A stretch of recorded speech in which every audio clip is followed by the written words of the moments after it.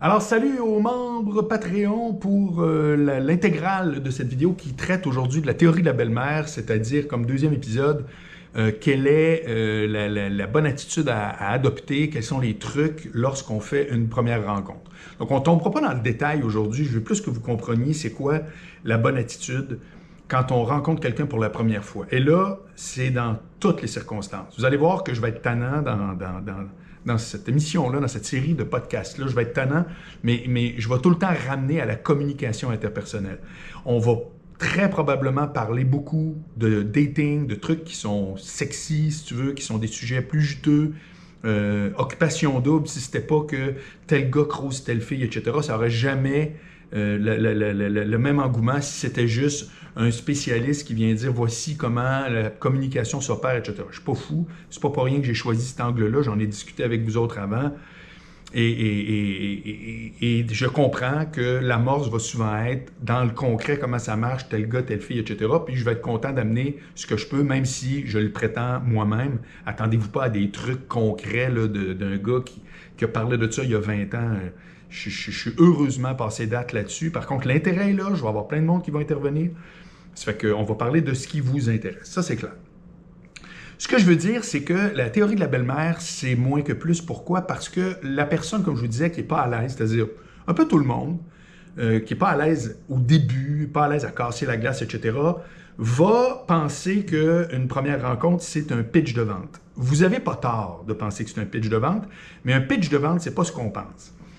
On associe un pitch de vente à la grande gueule, à l'aise, son complet, les bonnes blagues placées aux bonnes places, etc. Oui, c'est un portrait robot quand même assez fidèle de quelqu'un qui serait particulièrement à l'aise, mais il n'y a pas encore marqué de point, je vous dirais. C'est facile de se gourer en mettant trop. C'est facile de se gourer en manquant d'écoute. Alors là, je peux partir pendant 1 heure juste là-dessus, parce que ça revient beaucoup à mon livre, à Soyez compris, là, où est-ce que je traite de ça, je traite de ça en long et en large dans ce livre-là. Puis l'idée, c'est que je veux vous sensibiliser aujourd'hui à une règle qui est moins que plus. Et pourquoi ça s'appelle la théorie de la belle-mère? Vous allez voir, c'est super drôle. C'est Guy Laforce, un ami à moi, qui a pensé à ça. La théorie de la belle-mère, ce que ça dit, c'est que quand tu fréquentes une fille, puis qu'à un moment donné, tu rencontres la belle-mère pour la première fois, ben, c'est pas le temps d'arriver avec des jokes cochonnes, c'est pas le temps d'arriver avec trop de familiarité, c'est pas le temps de la tutoyer quand peut-être ce serait mieux vous, whatever. On n'est pas là. Tu as un seul objectif quand tu rencontres la belle-mère de ta future blonde, c'est qu'elle te trouve fin, qu'elle trouve que tu es un bon gars, puis ça, les critères sont pas difficiles. C'est pas difficile lors d'une première rencontre de passer pour quelqu'un de bien. En un mot, vous avez beaucoup plus de chances de faire une gaffe en faisant trop qu'en n'en faisant pas assez puis passer pour quelqu'un d'anonyme. Parce que n'oubliez pas qu'en partant, vous êtes dans une dynamique où est-ce que la personne ne vous connaît pas. Quand moi, si je ne connais pas le barbier, si je ne connais pas le gars chez IGA, etc., s'il ne dit rien, je ne penserai rien de lui, puis c'est bien correct. Parce que la relation que j'ai avec le caissier, c'est qu'il met mes affaires dans un sac, je prends ma carte, je passe sur le PayPass, cling, puis c'est terminé. Mais c'est très facile pour le caissier en question de passer pour un grand gazé, un déplaisant ou autre, s'il commence à me faire des commentaires, s'il est bête, etc. Comprenez-vous? C'est très rare que vous allez croiser quelqu'un pour la première fois, puis que vous allez vous arrêter à savoir s'il a fait exactement ce qu'il faut pour être plaisant, agréable, correspond-il à vos valeurs profondes. De un, vous n'avez pas le temps, puis de deux, c'est pas intéressant, on n'est pas là, on est déjà rendu à où est-ce qu'on veut aller, là, tu sais? Ça fait que pour moi, ça, c'est névralgique dans la théorie de la belle-mère, c'est-à-dire que quand vous allez vous asseoir en face de votre première date, quand vous allez rencontrer un client pour la première fois, quand vous allez faire un pitch, si vous êtes constamment en train d'être dans un mode de vendeur, je dirais même d'un vendeur, vous avez beaucoup plus de chances de faire une gaffe que de closer le deal. Quand j'étais guide touristique, pour Keating Tours, ça j'étais à l'université à l'époque, on avait une formation, puis à un moment donné, on avait eu une spécialiste en vente qui était venue nous voir parce qu'elle voulait nous montrer c'était quoi la dynamique puis le contact qu'on a avec monsieur, madame, tout le monde à partir d'une formation très pointue de vendeur. Ça m'avait marqué. C'est Xerox, les photocopieurs à l'époque, je ne sais pas si ça marche encore, Xerox qui avait qui avait inventé cette méthode-là.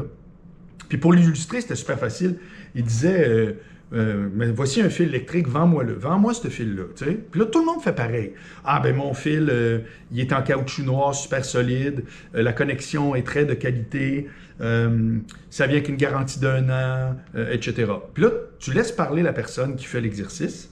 Puis tu lui poses une question sur un point qu'elle n'aura pas parlé. Exemple, moi, tout le monde s'époumonne à essayer de dire à quel point le fil est fantastique.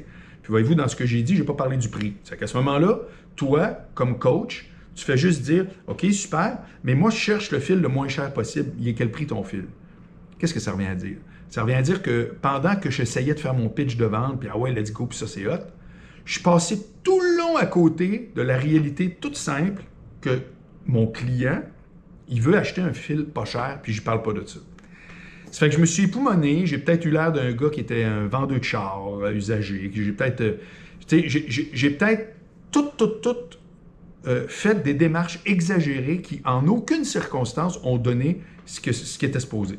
C'était supposé donner, closer un deal, comme on dit. Ce deal-là, c'est un échange d'intérêts, au moins vérifier si on est compatible, c'est-à-dire est-ce que tu veux mon produit ou mon service. Puis dans un cas de dating, c'est tu me trouves-tu intéressant, est-ce que je te mets un sourire d'en face. Quand vous faites une première date, là, il y a un seul objectif. Là, il y a trop de monde qui se mêle puis qui sont justement en train de voir dans 5 ans si tu es l'homme de ma vie. Quand vous faites une première date, il y a un seul objectif, c'est d'en avoir une deuxième.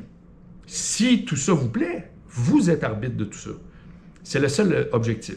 Donc, si vous êtes juste dans un mode en train de vendre de quoi, bien, vous allez être comme un employeur qui dit je cherche à combler un poste, puis n'importe qui se présente, je vais lui montrer à quel point travailler chez nous, c'est fantastique, c'est fantastique. Mais est-ce qu'il y a un bout où vous vérifiez si c'est quelqu'un qui va convenir? Ça fait qu'il y a tout ça dans une première rencontre. C'est un univers tellement plus... Je vous le dis, là, on pourrait parler des 5 premières minutes pendant 1 an, 4 fois par semaine. Lundi au jeudi, je vous parlerai juste des 5 premières minutes. Ça peut s'appeler de même, d'ailleurs, les 5 premières minutes. C'est pas bête. Puis vous capoteriez, vous dites, ah ben ouais, ça se peut pas que toutes les semaines, il nous fait un épisode sur quelque chose qui se passe dans les 5 premières minutes. Mais oui. Alors, évidemment, ça va aller beaucoup plus large, mais c'est pour vous montrer. Et dans ces 5 premières minutes-là, une des théories à appliquer, parce qu'il y en a plein d'autres, c'est la théorie de la belle-mère. C'est-à-dire, faites en sorte d'en faire moins que plus. Laissez faire tout ce que vous croyez qui pourrait vous démarquer fortement. On n'est pas rendu là. On n'est pas rendu là. Vous êtes rendu à être agréable, le fun, à créer un moment tripant. Vous êtes aussi rendu, puis ça, c'est une autre affaire hyper importante, vous êtes rendu avec un mot, puis ça, j'en parle à côté dans Soyez compris. Quand vous êtes dans les premiers moments, dans n'importe quel genre d'interrelation, okay, de relation avec n'importe qui, donc d'interaction, vous êtes en train d'établir un mot qui va faire la différence sur tout, c'est le mot confiance. Ça, je vais revenir souvent aussi, il va y avoir plein de thématiques où je vais vous décortiquer ça dans le précis, mais ça va être le mot confiance. Si je suis en face de quelqu'un qui justement est assis comme moi, voyez-vous, ça c'est mauvais. Là, la façon que je suis assis actuellement, c'est mauvais. Je le fais parce que je suis archi à l'aise, je parle à du monde qui sont des membres, qui sont intéressés à mon truc, etc. Donc, tu sais, je suis dans le relax, là, comme on dit. Mais dans la vraie vie, si c'était une première rencontre et tout, puis je faisais ça, c'est atroce. Parce que ça envoie un message de suffisance, que c'est comme moi, je me mets le coude là, puis telle affaire, c'est mauvais, mauvais, mauvais. Je vois pas beaucoup de filles faire ça, mais je peux entrevoir des gars qui, à la rigueur, sont over-confiants ou sinon se la jouent. Puis sérieux, là, c'est pas ça. C'est vraiment pas ça. Ça fait que là, je persiste à prendre la position, parce que ça illustre mon propos.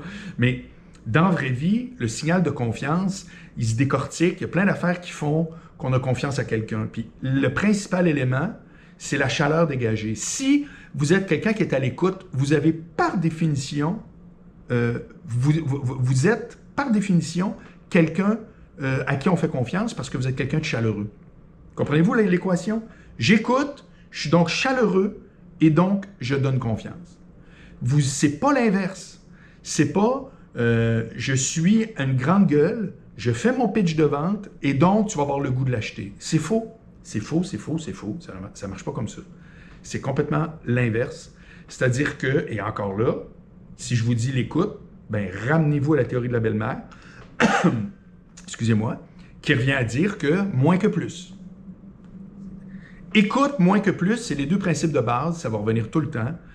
Et ça fait en sorte que vous n'êtes pas supposé avoir la pression de vous demander ce que vous allez dire. Ça aussi, je l'entends souvent, puis ça va faire l'objet de plein d'autres affaires. Qu'est-ce qu'on dit lors d'une première date, etc. La réalité, c'est qu'on dit le moins possible. Ça a l'air épouvantable, mais je vous le jure. La plus belle anecdote de ça, c'est Dale Carnegie, qui, dans son livre « Comment se faire des amis », un livre qui date des années 30. Dale Carnegie, il y a maintenant un institut, l'Institut Carnegie, qui est carrément basé sur toutes les habiletés relationnelles, etc. Puis il raconte, là, je vous fais ça en 2 minutes, mais il raconte qu'il était allé dans un cocktail, puis c'est sa femme qui était invitée, puis c'était quelqu'un, un grand diplomate, là, un baron quelconque de je ne sais quoi. Puis il jase avec M. Carnegie, puis il jase, M. Carnegie ne place pas un mot, pas un mot. Puis à la fin, quand sa femme, à M. Carnegie, revient, dont le baron en question, c'est lui qui avait invité sa femme, M. Carnegie accompagnait sa femme, il dit à la femme, à M. Carnegie, il dit « Je veux juste vous dire, votre mari est un homme extrêmement intéressant. » Il n'avait rien dit. Puis je vais revenir sur d'autres exemples de ça parce que j'en ai vécu. Donc, je vous parlerai de ça là, dans des épisodes subséquents. Ça fait que c'est vraiment ça qu'il faut que vous reteniez, parce que ça, c'est une vérité de la palisse. C'est pas moi qui l'invente, c'est pas moi qui décide comment ça marche, je l'observe.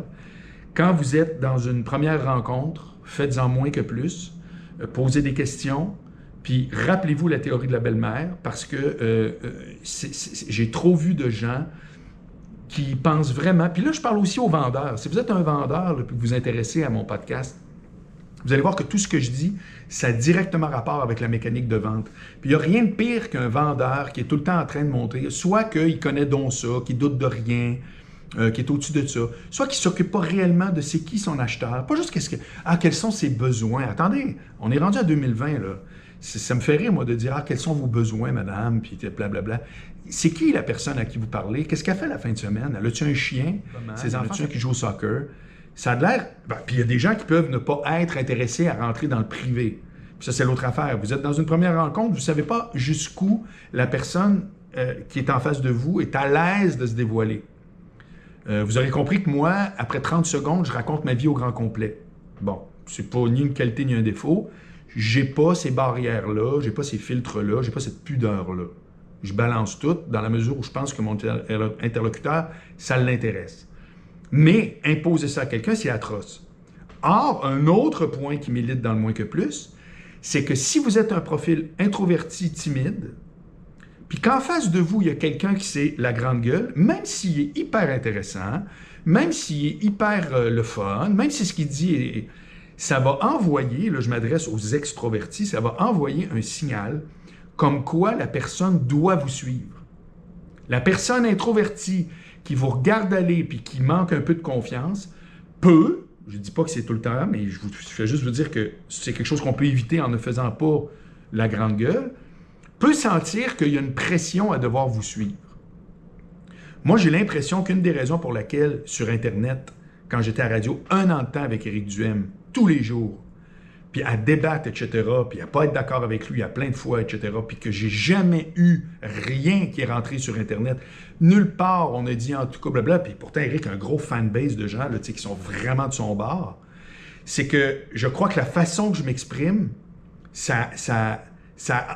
comme si la façon que je m'exprime, ça amène un côté où on n'a pas le goût de me tomber dessus, on n'a pas le goût de dire que je cave parce que je ne pense pas comme un autre, etc.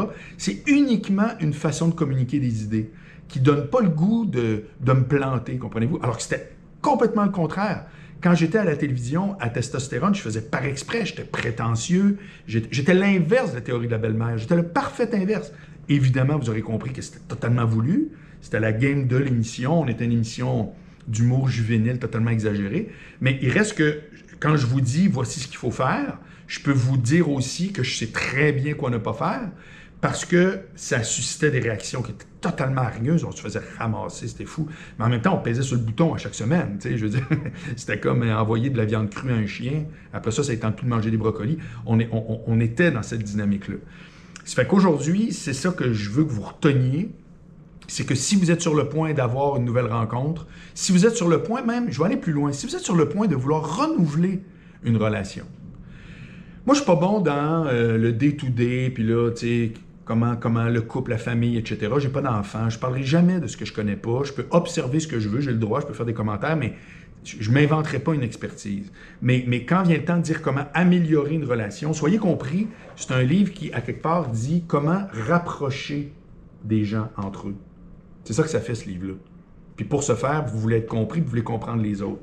Ça fait que c'est ça la mécanique qu'il y a là-dedans. Ça, j'ai un domaine d'expertise, je l'avoue totalement. Ça fait que quand je vais vous jaser, comme je le fais là, ça va être une façon de mettre le feu ou de remettre le feu. C'est pas impossible. C'est pas impossible de remettre le feu. C'est-à-dire de prendre une relation qui peut être usée puis de faire en sorte qu'on réalise qu'on s'est peut-être enlisé dans une méthode. C'est ça qui fait la différence, c'est la méthode. Si vous êtes tout le temps dans la même dynamique, peu importe si vous renouvelez les activités, si vous dites « Ah chérie, ce serait le fun d'aller prendre une marche en montagne plutôt que de toujours jouer aux échecs », mais que vous avez le même mode de communication, espérez aucun résultat différent. C'est comme si vous passiez du gâteau au chocolat au gâteau à vanille en disant « Ah, ce serait le fun de manger autre chose que du dessert ». Non, c'est encore du dessert. Ça fait que ça va être intéressant d'explorer ça avec le temps, puis d'avoir vos commentaires à cet effet-là. Donc, aujourd'hui, c'est ce que je voulais vous raconter. J'espère que ça vous a plu. Commentaires, bien entendu, en bas de la page Patreon. Sinon, messages personnels, parce que ces messages-là que vous allez m'envoyer vont servir à alimenter les autres capsules. Ça fait que je remets mes lunettes et je vous dis bonne journée. À bientôt.